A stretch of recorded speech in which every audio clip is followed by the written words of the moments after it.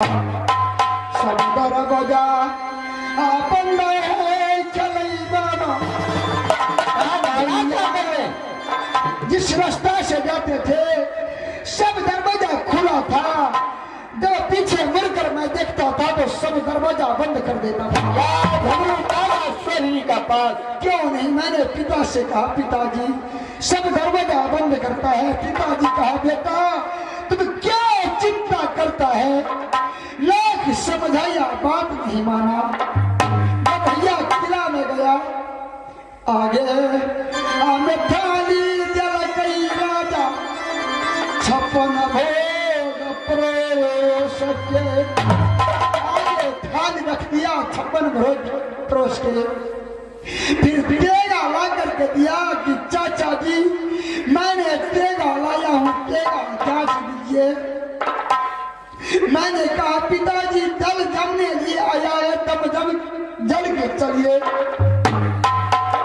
उस समय मेरे पिताजी तेगा अपना मुख से जांचने लगा।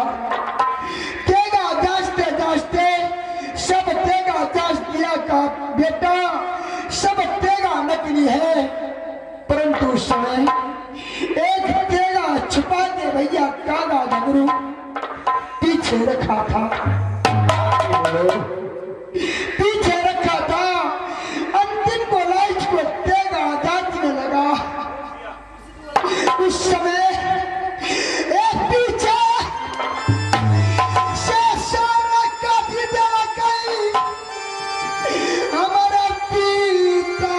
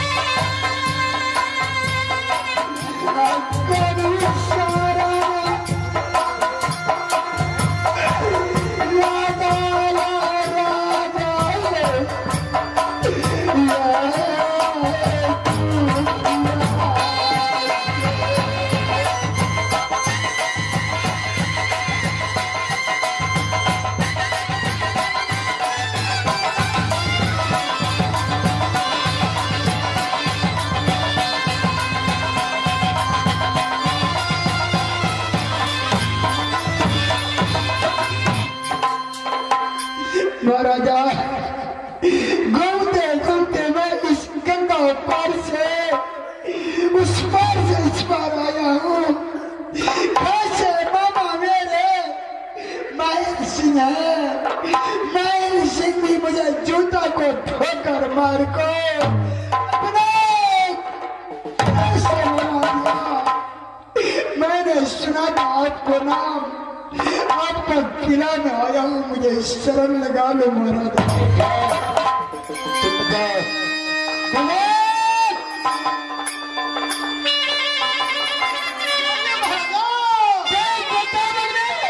कौन है महाराजा? शरण झगड़े कागा का डर से महारानी दौलत कौन है? साथ में 6 साल का आल्हा, 6 महीने का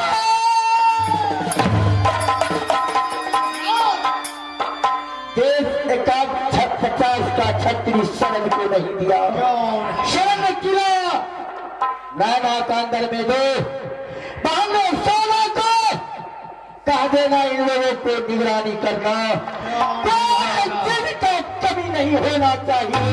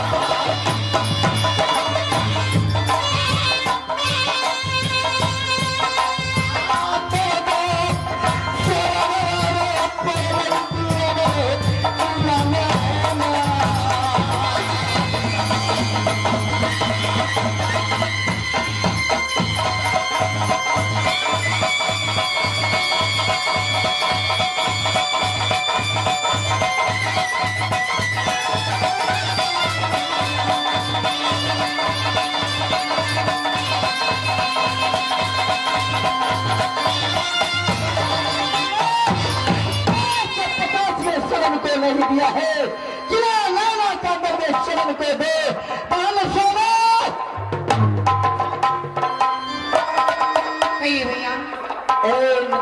शेरवी का 6 साल का मेरे भाई आल्हा जैसा आल्हा है, 6 महीने का आज में उर्वल नाम का बालक है।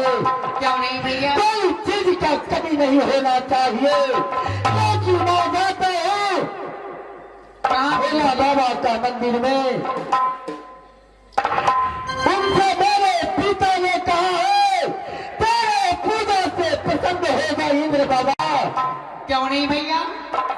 तो उससे वर मांगना नाना का अंदर में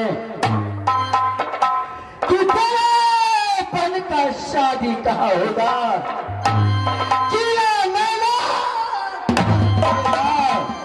क्यों नहीं भैया? सब को मैं जा रहा हूँ। जाइए भैया।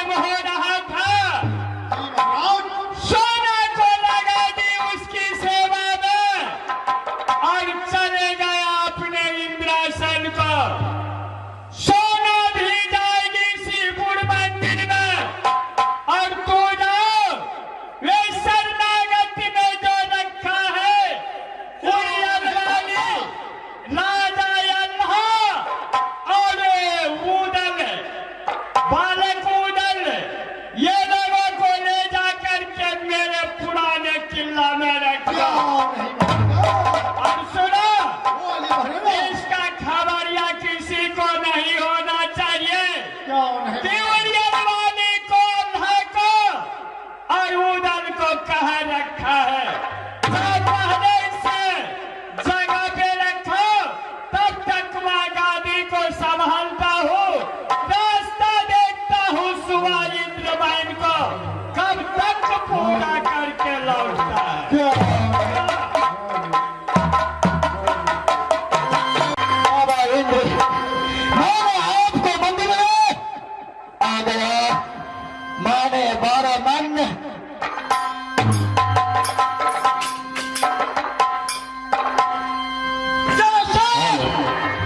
तरक्की पर पेड़ कर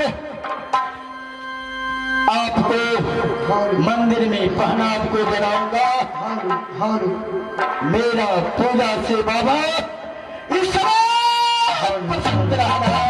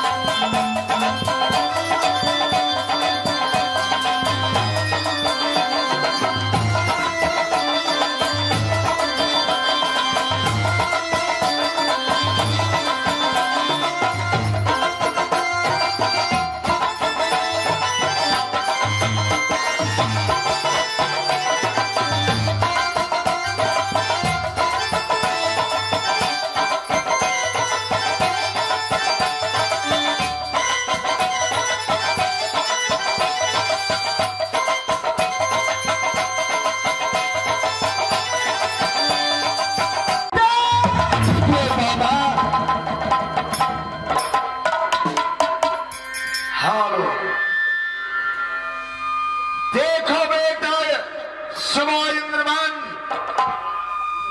तुम्हारे पूजा से मैं बहुत पसंद हूँ। बाबा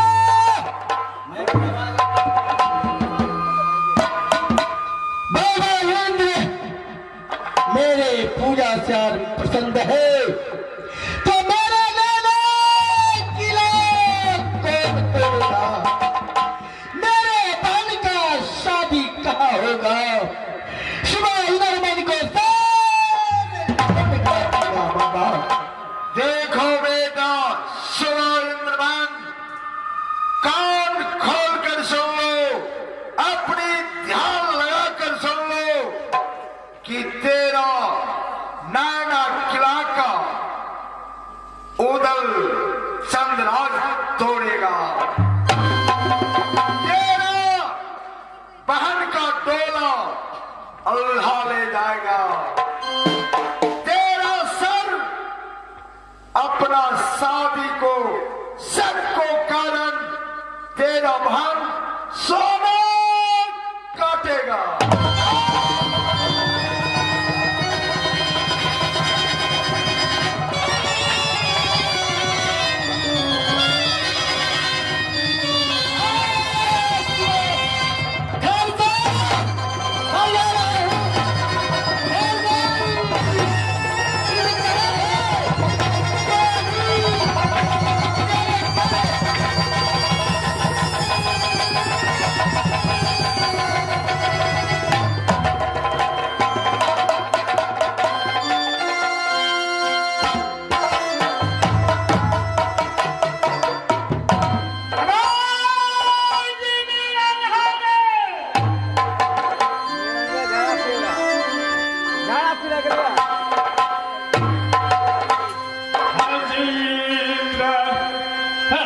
सुबह गया भैया